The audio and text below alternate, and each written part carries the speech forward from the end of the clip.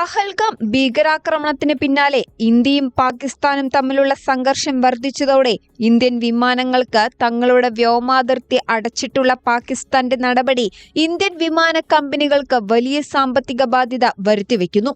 ഈ തീരുമാനം കാരണം വിമാനങ്ങളുടെ ഇന്ധന ഉപയോഗം, യാത്രാസമയം എന്നിവ ഗണ്യമായി വർദ്ധിക്കുമെന്നും ഇത് ആഴ്ചയിൽ 77 കോടി രൂപയുടെ അധിക ചെലവിന് കാരണമാകുമെന്നും റിപ്പോർട്ടുകൾ സൂചിപ്പിക്കുന്നു.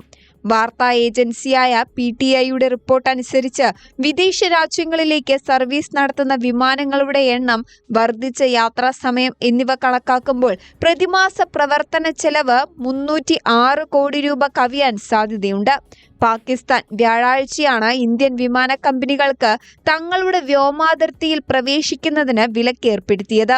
ഈ വിലക്ക് മൂലം ഡൽഹിയിൽ നിന്നും ഉത്തരേന്ത്യയിലെ മറ്റ് നഗരങ്ങളിൽ നിന്നും വിദേശത്തേക്ക് പോകുന്ന വിമാനങ്ങൾക്ക് ശരാശരി 1.5 മണിക്കൂർ അധികമായി പറക്കേണ്ടി വരും. ഒരു മുതിർന്ന എയർലൈൻ ഉദ്യോഗസ്ഥൻ PTIയോട് പറഞ്ഞതനുസരിച്ച് വടക്കേ അമേരിക്കയിലേക്കുള്ള 16 മണിക്കൂർ വിമാനയാത്രയിൽ 1.5 മണിക്കൂർ കൂടി അധികമായി യാത്ര ചെയ്യേണ്ടി വരും.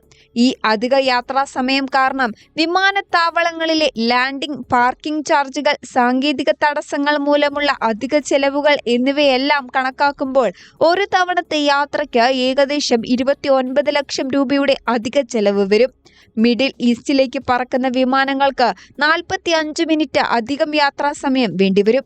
ഇത് ഒരു യാത്രയ്ക്ക് ഏകദേശം 5 ലക്ഷം രൂപയുടെ അധിക ചെലവിന് കാരണമാകും. മൊത്തത്തിൽ കണക്കാക്കുമ്പോൾ ഈ റൂട്ടുകളിൽ മാത്രം ആഴ്ചയിൽ 90 കോടി രൂപയുടെ അധിക ചെലവ് വരും.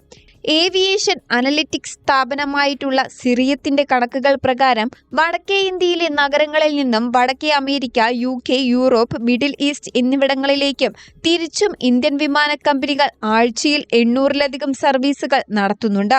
പ്രതിമാസം ഇത് ഏകദേശം 3100 വിമാന സർവീസുകളാണ്.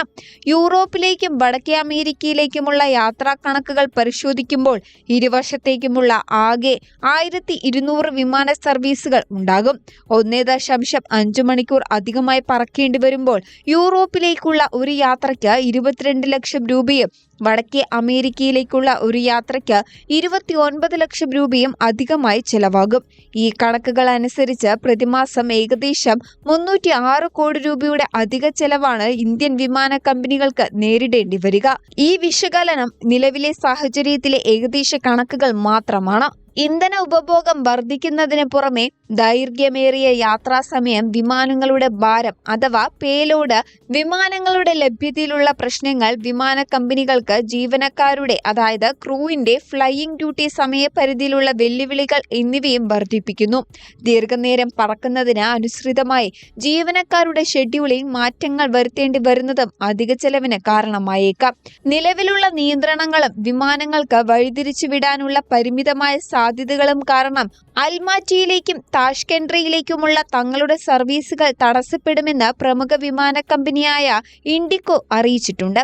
ഏപ്രിൽ 27 മുതൽ മെയ് 7 വരെ അൽമാറ്റിയിലേക്കും ഏപ്രിൽ 28 മുതൽ മെയ് 7 വരെ താഷ്കെൻഡ്രയിലേക്കുമുള്ള എല്ലാ വിമാന സർവീസുകളും റദ്ദാക്കിയതായി അവർ ഔദ്യോഗികമായി അറിയിച്ചിട്ടുണ്ട്. മറ്റ് വിമാന കമ്പനികളും സമാനമായ യാത്രാ റദ്ദാക്കലുകളോ സമയമാറ്റങ്ങളോ വരുത്താൻ സാധ്യതയുണ്ട്. ഈ വ്യോമാതിർത്തി അടച്ചിടൽ ഇന്ത്യൻ വിമാന കമ്പനികളുടെ സാമ്പത്തിക സ്ഥിതിക്ക് വലിയ തിരിച്ചടിയാകും. യാത്രാ ടിക്കറ്റുകളുടെ വില വർദ്ധിപ്പിക്കാനുള്ള സാധ്യതകളും തള്ളിക്കളയാനാകില്ല. ഇത് സാധാരണക്കാരെയും വിദേശ യാത്ര ചെയ്യുന്നവരെയും ഒരുപോലെ ബാധിക്കാനിടയുണ്ട്. ഇരു രാജ്യങ്ങൾക്കുമിടയിലുള്ള രാഷ്ട്രീയ സംഘർഷം തുടരുന്നിടത്തോളം കാലം ഈ പ്രതിസന്ധി നിലനിൽക്കാനാണ് സാധ്യത.